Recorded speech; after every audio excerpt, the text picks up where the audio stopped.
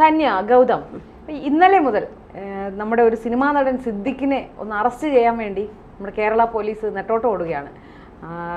ഹോട്ടലുകളിൽ നോക്കിയില്ല, സുഹൃത്തുക്കളുടെ വീടുകളിൽ നോക്കി അവിടെയുമില്ല, ഒരിടത്തും കാണാനില്ല. അതെന്താ ആഗോള ഭീകരനെങ്ങാനുമാണോ? ഇനി എന്നെ വിളിക്കേണ്ടി വരുമോ? തീർച്ചയായിട്ടും അങ്ങനെ തന്നെ തോന്നുന്നു. നമ്മൾ ഈ ഒരു 22 വയസ്സായ ഒരു പെൺകുട്ടിയെ അതിക്രൂരമായി പീഡിപ്പിച്ചു, അങ്ങനെ തന്നെ പറയേണ്ടി വരും. പീഡിപ്പിച്ചതിൻ്റെ കോടതിയിൽ നിന്ന് കണക്കിന് കിട്ടി, മുൻകൂർ ജാമ്യം കിട്ടുമെന്ന് കരുതി, പക്ഷെ കിട്ടിയില്ല. അതോടുകൂടി മുങ്ങി. ഒരു സിദ്ദിഖിനെ പിടിക്കാൻ പോലീസിന് കഴിഞ്ഞില്ലെങ്കിൽ പോലീസ് ഈ ഒളിച്ചുകളി നടത്തുന്നതാണെന്ന് നമുക്ക് സാമാന്യ ബോധമുള്ളവർക്ക് ചിന്തിക്കാം.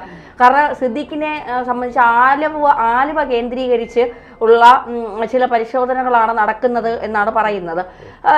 ചില താരങ്ങളുടെ വീടുകളിൽ ഒളിപ്പിച്ചിട്ടുണ്ടോ? കാരണം പല മെഗാസ്റ്റാറുമായും ജനപ്രിയ നായകരുമായിട്ടൊക്കെയുള്ള സിദ്ദിഖിന്റെ അടുപ്പം നമുക്കറിയാം. നടിയെ ആക്രമിച്ച കേസുമായി ബന്ധപ്പെട്ട് സിദ്ദിഖ് ഒപ്പം നിന്നത് ആരെ കൂടെയാണെന്നും ആരെ സംരക്ഷിക്കാനാണ് സിദ്ദിഖ് ശ്രമിച്ചത് എന്ന് നമുക്കറിയാം. അങ്ങനെ സിദ്ദിഖ് ശ്രമിച്ചതിന്റെ കൃത്യമായ ഒരു ഉദാഹരണമാണ് ഇപ്പൊ പുറത്തുവന്നത്. അതായത് സിദ്ദിഖ് കുടുങ്ങുമ്പം കൂടെ മറ്റൊരുപാട് പേര് ആളുകളും കുടുങ്ങാനുണ്ടാകുമെന്ന് തീർച്ചയായിട്ടും. അല്ല, വേറെ കാര്യം, സുപ്രീം കോടതിയിൽ ജാമ്യാപേക്ഷ കൊടുക്കാനിരിക്കുകയാണ് എന്ന് പുറത്തു വരുന്നുണ്ട്. അപ്പൊ അതിനുശേഷം ഇനി പിടിച്ചാൽ മതി, സുപ്രീം കോടതിയുടെ തീരുമാനം കൂടെ അറിഞ്ഞിട്ട് അറസ്റ്റ് ചെയ്താൽ മതി. സ്വാധീനമുണ്ട് കേരളത്തിലെ ഹോട്ടൽ. ഇപ്പൊ സിദ്ദിഖിന്റെ ഏറ്റവും അടുത്ത സുഹൃത്ത് ഒരു മെഗാസ്റ്റാറാണ്. ആ മെഗാസ്റ്റാറിന് സംസ്ഥാന സർക്കാരുമായി നല്ല അടുപ്പമാണ്. ആഭ്യന്തര വകുപ്പ് സംസ്ഥാന സർക്കാരിന്റെ കീഴിലാണ്. അപ്പോൾ ഈ ജാമ്യാപേക്ഷ നൽകിയതിന് ശേഷം ഈ നീക്കങ്ങൾ നടത്തിയാൽ മതി എന്ന് അദ്ദേഹം പറഞ്ഞാൽ സിദ്ദിഖിനെ ഞങ്ങൾ തേടുകയാണ്. ഞങ്ങൾ എല്ലാ വീടുകളിലും പറമ്പുകളിലും കക്കൂസുകളിലും പിന്നെ എല്ലായിടത്തും സിദ്ദിഖിനെ തേടുകയാണ്. കേരളത്തിലെ മുഴുവൻ പോലീസ് അരിച്ചു പറക്കിയിട്ട് സിദ്ദിഖിനെ കിട്ടാൻ സിദ്ദിഖ് എന്താ വല്ല ദാവൂദ് ഇബ്രാഹിം ആണോ? സിദ്ദിഖിനെ പോലൊരു നടൻ എവിടെ ഒളിക്കുമെന്നും ആരൊക്കെയായിട്ട് ബന്ധമുണ്ട് എന്നും സിദ്ദിഖിന്റെ ഫോണുകൾ ഓഫാണ്. അപ്പൊ കൃത്യമായ പ്ലാനിങ്ങോട് കൂടിയാണ് സിദ്ദിഖ് ഒളിച്ചത്. അപ്പോൾ അതായത് സിദ്ദിഖിന് ഇതിനു വേണ്ടിയിട്ട് സഹായം ഒരുക്കുന്നതിന് നമ്മുടെ സംവിധാനത്തിൽ തന്നെ, പോലീസ് സംവിധാനത്തിൽ തന്നെ ആളുകൾ ഉണ്ടെന്നാണോ പറയുന്നത്? അങ്ങനെ നമ്മൾ വിശ്വസിക്കേണ്ടിയിരിക്കുന്നു. ഇതൊരു സാധാരണക്കാരനാണ്. ജാമ്യാപേക്ഷ തള്ളി ഓൺ ദ സ്പോട്ട് അവൻ ജയിലിലായേനെ, അല്ലെങ്കിൽ പോലീസ് കസ്റ്റഡിയിലായേനെ.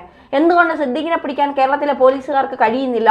സിദ്ദിഖ് എന്താ അത്ര വലിയ വമ്പനാണോ? അല്ല, സിനിമയിലെ ഒരു നായകനും അത്ര മാത്രമേ ഉള്ളൂ സിദ്ദിഖിന്റെ ലേബൽ. അമ്മയുടെ ജനറൽ സെക്രട്ടറി ആയിരുന്നു. ഇതല്ലേ സിദ്ദിഖിന്റെ ലേബൽ എന്ന് പറയുന്നത്. അല്ലെ സിദ്ദിഖ് വലിയ ബിസിനസ്സുകാരനോ അല്ലെങ്കിൽ പിന്നെ കള്ളക്കടത്തിന്റെ വല്ല മാഫിയ തലവനോ ഒന്നും അല്ല. സിദ്ദിഖിനെ ഇങ്ങനെ ഇങ്ങനെ ഓടിക്കാൻ വേണ്ടിയിട്ട് ഇപ്പോൾ ഇവർ പറയുന്നത് ലുക്കൌട്ട് നോട്ടീസ് പുറപ്പെടുവിച്ചത് കൊണ്ട് സിദ്ദിഖ് വിദേശത്തേക്ക് കടക്കാൻ സാധ്യതയില്ല എന്ന്. എങ്ങനെ തള്ളിക്കളയാൻ കഴിയും? സിദ്ദിഖ് വിദേശത്തേക്ക് കടന്നിട്ടില്ല എന്നുള്ളത്.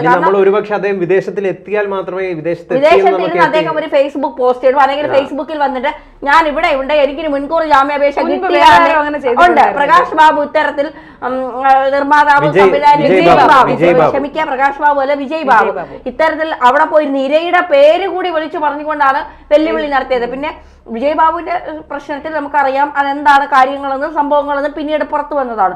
പക്ഷെ സിദ്ദിഖിനെ സംബന്ധിച്ചിടത്തോളം അങ്ങനെയല്ല. ഒരു പെൺകുട്ടിയെ മുറിയിൽ പൂട്ടിയിട്ടുകൊണ്ട് അവളെ ഒരു കോടതിയിലെ ജഡ്ജി തന്നെ ആ നിരീക്ഷണം നടത്തിയത് ഇത്രയും ക്രൂരമായ ഒരു പെൺകുട്ടിയോട് ചെയ്തു.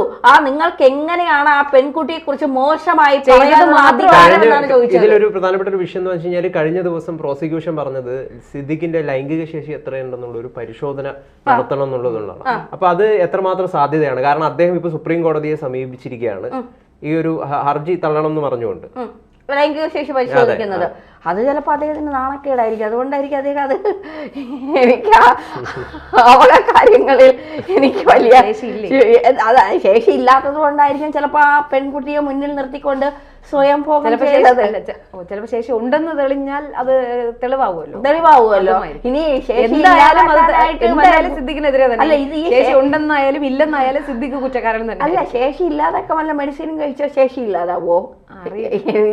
ഇതിൽ ഞങ്ങൾക്ക് വലിയ ജ്ഞാനമില്ലാത്തത് കൊണ്ട് ഗൗതമിന്റെ ആ ചോദ്യത്തോട് ഞങ്ങൾക്ക് തൽക്കാലം മൗനം പാലിച്ച് മതിയാകും. അത്തരം രീതിയിൽ ലൈംഗിക ശേഷി പരിശോധിക്കാനുള്ള നിരവധി ടെസ്റ്റുകളും കാര്യങ്ങളും ഒക്കെ നാട്ടിലുണ്ട്. അപ്പൊ അതൊക്കെ അനുസരിച്ച് കോടതി ചിലപ്പോൾ എന്ത് തീരുമാനം 2016 ശേഷി ഉണ്ടായിരുന്നോ എന്ന് അറിയാൻ പറ്റുമോ? 2016 അദ്ദേഹത്തിന്റെ അത് അറിയാൻ പറ്റുമായിരിക്കും. എനിക്കും അതിനെ പറ്റിയിട്ട് വലിയ പിടുത്തമില്ല. അല്ല, ഞാനൊരു കാര്യം ചോദിക്കട്ടെ, ഇദ്ദേഹം ഒന്ന് വന്ന് കിട്ടിയാലല്ലേ ഇത് വന്ന് പരിശോധിക്കാൻ കിട്ടിയാലേ, പറ്റൂ. പോയി പിടിക്കണം. വന്ന് കിട്ടുന്നത് അതെ, എവിടുന്നാ? പോയി പിടിക്കണം. പോയി പിടിച്ച് കൊണ്ടുവന്നാലല്ലേ ഈ ശേഷി ഉണ്ടോ ഇല്ലേന്ന് പരിശോധിക്കാൻ പറ്റൂ. അല്ലാതെ ഇത് അയാൾ എവിടെയോ ഇരിക്കുന്ന അവിടെ ഒരു യന്ത്രം വെച്ചത് പരിശോധിക്കാൻ പറ്റില്ലല്ലോ. അപ്പോ സിദ്ദിഖിനെ കൈ കിട്ടണം. ആത്യന്തികമായി സിദ്ദിഖ് വരണം. അതെ, സിദ്ദിഖ് വരണം. സിദ്ദിഖിനെ നിങ്ങൾ രണ്ടുപേരും സിദ്ദിഖ് വരണം എന്ന് പറയുന്നത് അതായത് സിദ്ദിഖ് സിദ്ദിഖിനെ വരണം. അറസ്റ്റ് ചെയ്യുകയല്ലേ ചെയ്യുന്നത്? സിദ്ദിഖിനെ അറസ്റ്റ് ചെയ്യുന്നത് സിദ്ദിഖ് മുൻകൂർ ജാമ്യാപേക്ഷ നൽകി. മുൻകൂർ ജാമ്യാപേക്ഷ സിദ്ദിഖിന് കിട്ടിയാൽ മാത്രമേ സിദ്ദിഖിന് പുറം ലോകം കാണൂ. അപ്പൊ അതുകൊണ്ട് അല്ലെങ്കിൽ സിദ്ദിഖിന് തോന്നണം ഞാൻ ചെയ്തത് മഹാപരാധമാണ്, ഇങ്ങനെ ഒരിക്കലും ഇവർക്ക് തോന്നാൻ പാടില്ല എന്ന് സ്വയം പശ്ചാത്താപം തോന്നി സിദ്ദിഖ് വെളിയിൽ വരും എന്ന് പ്രതീക്ഷിക്കുന്നു. ഞാൻ പ്രതീക്ഷിക്കുന്നില്ല, പോലീസ് അങ്ങനെ പ്രതീക്ഷിക്കുന്നുണ്ട്. സിദ്ദിഖ് പശ്ചാത്താപം തോന്നി പുറത്തേക്ക് വരുമ്പോ നമുക്ക് പിടിക്കാം എന്ന് പറഞ്ഞുകൊണ്ടാണ് ഇരിക്കുന്നത്. ഇല്ലെങ്കിൽ 2 വീടുകളിൽ സിദ്ദിഖില്ല എന്ന് പറയുന്നു, ഫോണുകൾ സ്വിച്ച് ഓഫ് എന്ന് പറയുന്നു. ഈ സിദ്ദിഖുമായി ബന്ധപ്പെട്ട കേന്ദ്രങ്ങൾ കേന്ദ്രീകരിച്ച് നമുക്കറിഞ്ഞൂടാത്ത നടന്മാർക്കും സിദ്ദിഖുമായി ബന്ധപ്പെട്ടവർക്ക് എവിടെയെല്ലാം വീടുകൾ കാണും, ഗസ്റ്റ് ഹൗസുകൾ കാണും, ഫാം ഹൗസുകൾ കാണും.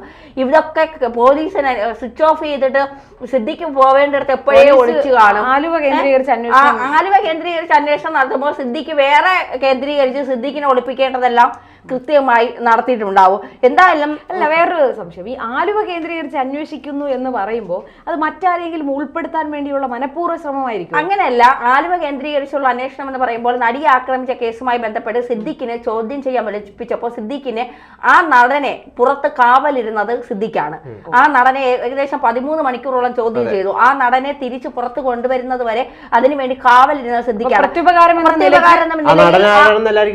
എല്ലാവർക്കും അറിയാം. അപ്പൊ ആ നടനാണ് ഏറ്റവും കൂടുതൽ രക്ഷിക്കാൻ. കാരണം പലരുടെയും സാക്ഷിമൊഴി മാറ്റിയതിന് പിന്നിൽ ഈ നടന്റെ കൈകടത്തലുകൾ ഉണ്ട് എന്നുള്ള ആരോപണങ്ങൾ വരുന്നുണ്ട്. അതിൽ എത്രത്തോളം വാസ്തവമുണ്ടെന്ന് നമുക്കറിയില്ല. അപ്പൊ ആ നടനെ വലിയ രീതിയിൽ ആ സമയത്ത് സംരക്ഷിച്ചിട്ടുണ്ട്, ആ നടനെ വലിയ രീതിയിൽ പിന്തുണച്ചിട്ടുണ്ട്. അപ്പോൾ സ്വാഭാവികമായിട്ടും കേസ് രണ്ടും ഒന്ന് തന്നെയാണല്ലോ. അതുകൊണ്ട് സിദ്ദിഖിന് ഒരു ആവശ്യം വന്നപ്പോൾ സിദ്ദിഖിനെ നെഞ്ചോട് ചേർത്ത് നിർത്തേണ്ട, ഒന്നിച്ച് നിർത്തേണ്ട ഒരു കടമ കൂടി ഈ നടനുണ്ട്. അതുകൊണ്ടാണ് ആലുവ കേന്ദ്രീകരിച്ചുള്ള ഒരു അന്വേഷണം. പക്ഷെ ചെന്നൈയും കൂടെ കേന്ദ്രീകരിക്കണം. കാരണം ഈ നടന്റെ ഫാമിലി ഉള്ളത് ഇപ്പോൾ ചെന്നൈയിലാണ്. ചെന്നൈയിലേക്ക് പോയാലും ഇപ്പോൾ പോലീസിന് അവിടെയും കേന്ദ്രീകരിക്കണം. പിന്നെ ഈ നടനുമായി ഏറ്റവും അടുത്ത ബന്ധമുള്ളത് ഒരു മെഗാസ്റ്റാറിനാണെന്ന് പറയുന്നു. അതും പറച്ചിലുകൾ മാത്രമേ ഉള്ളൂ, നമുക്കറിയില്ല. ആ മെഗാസ്റ്റാർ ആണ് ഇതിന്റെ പിന്നിൽ നിന്ന് കളിക്കുന്നതെന്ന് പറയുന്നു. അപ്പോൾ തീർച്ചയായിട്ടും ഇത്തരം ആരോപണങ്ങൾ, ഇതൊക്കെ ആരോപണങ്ങളാണ്, ഇതിലൊക്കെ എത്രത്തോളം വാസ്തവമുണ്ടെന്ന് നമുക്കറിയില്ല. അപ്പോൾ ഈ ആരോപണങ്ങൾ കൃത്യമാണ് എങ്കിൽ അത് കേന്ദ്രീകരിച്ചുള്ള അന്വേഷണം നടത്തണം. ഒരു സിദ്ദിഖിനെ പോലും പിടിക്കാൻ നമ്മുടെ കേരളത്തിലെ പോലീസുകാർക്ക് കഴിയില്ലെങ്കിൽ ഇവിടെ എന്ത് സ്ത്രീ സുരക്ഷയാണ് പിണറായിയുടെ പോലീസ് ഒരുക്കുന്നത്? വനിതാ മതിൽ കെട്ടിയിട്ട് നവോത്ഥാനം ഉണ്ടാക്കിയിട്ട് സമത്വം ഉണ്ടാക്കിയിട്ടൊന്നും ഇവിടെ കാര്യമില്ല. ഒരു പെങ്കൊച്ചിനെ അതിക്രൂരമായി ബലാത്സംഗം ചെയ്യിപ്പിച്ച ഒരു നടനെന്ന് ഇപ്പൊ പറയാൻ പറ്റില്ല. ഒരു വില്ലനെ പിടിക്കാൻ കേരള പോലീസിന് കഴിഞ്ഞില്ല എങ്കിൽ ആഭ്യന്തര വകുപ്പ് വെറും പരാജയമാണെന്നേ പറയാൻ പറ്റും. എന്തായാലും ഹേമ കമ്മിറ്റി റിപ്പോർട്ട് ഏറ്റവും ആദ്യം പുറത്തു വന്നപ്പോൾ സിദ്ദിഖ് പറഞ്ഞത് ഞാനതിന് പഠനം നടത്തിയിട്ടില്ല, പഠനം നടത്തിയിട്ട് പഠനം ഇതാണ്, ഞാൻ ഏതൊക്കെ വർഷങ്ങളിൽ ആരെയൊക്കെ ഞാൻ ഉപദ്രവിച്ചിട്ടുണ്ട്, ആ പഠനമാണ് സിദ്ദിഖ് നടത്തിയത്.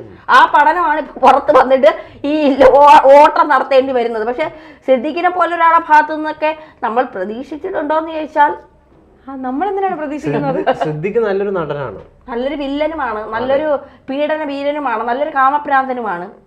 ആ വാക്ക് ചിലർക്ക് പിന്നെ വാസവകൃഷ്ണ തോന്നിയാലും എനിക്ക് കുഴപ്പമില്ല.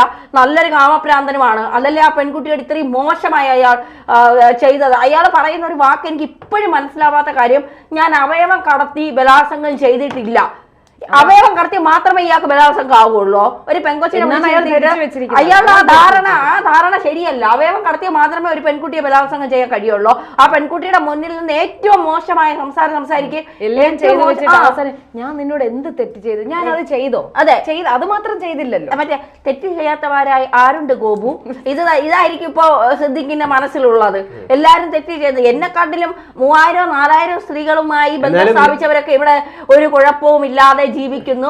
അത് ഉഭയകക്ഷി സമ്മത പ്രകാരമായതുകൊണ്ടാണ് ആ നടനെതിരെ ഒരു സ്ത്രീ പോലും വാ തുറന്ന് മുന്നിലേക്ക് വരാത്തത്. എന്നെ ആ നടൻ ഇങ്ങനെ ഉപദ്രവിച്ചു, എന്റെ മുന്നിൽ നിന്ന് ആ നടൻ ഇങ്ങനെ ചെയ്തു, എന്നോട് ആ നടൻ ഇങ്ങനെ പെരുമാറി, എന്നെ അവിടെ വെച്ച് ഇങ്ങനെ വിളിച്ചു, എനിക്ക് ഫോണിൽ കൂടി ഉമ്മ അയച്ചു എന്നൊന്നും പറയാത്തത് അതുകൊണ്ടാണ്.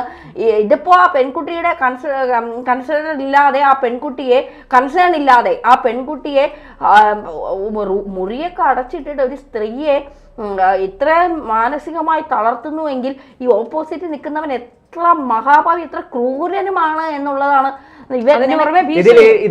നിനക്ക് അമ്മയും പെങ്ങളും ഉണ്ടോ എന്ന ക്ലീൻഷ ചോദ്യം ചോദിക്കുന്നില്ല. അത്തരം ഉണ്ടായിരുന്നുവെങ്കിൽ ഇവനൊക്കെ ഈ പണിക്ക് പോവില്ലായിരുന്നു. സിദ്ദിഖ് ഇതിന് കുറെ മുമ്പ് ഒരു മറുപടി ഇറങ്ങിയിട്ടുണ്ടായി. അതായത് 10, 15, 20 വർഷം മുമ്പ് നടന്ന സംഭവങ്ങളൊക്കെ ഇന്ന് കുത്തിപ്പൊക്കിയിട്ട് പറയുന്നത് ഇതിൽ എന്ത് അർത്ഥമാണുള്ളത്?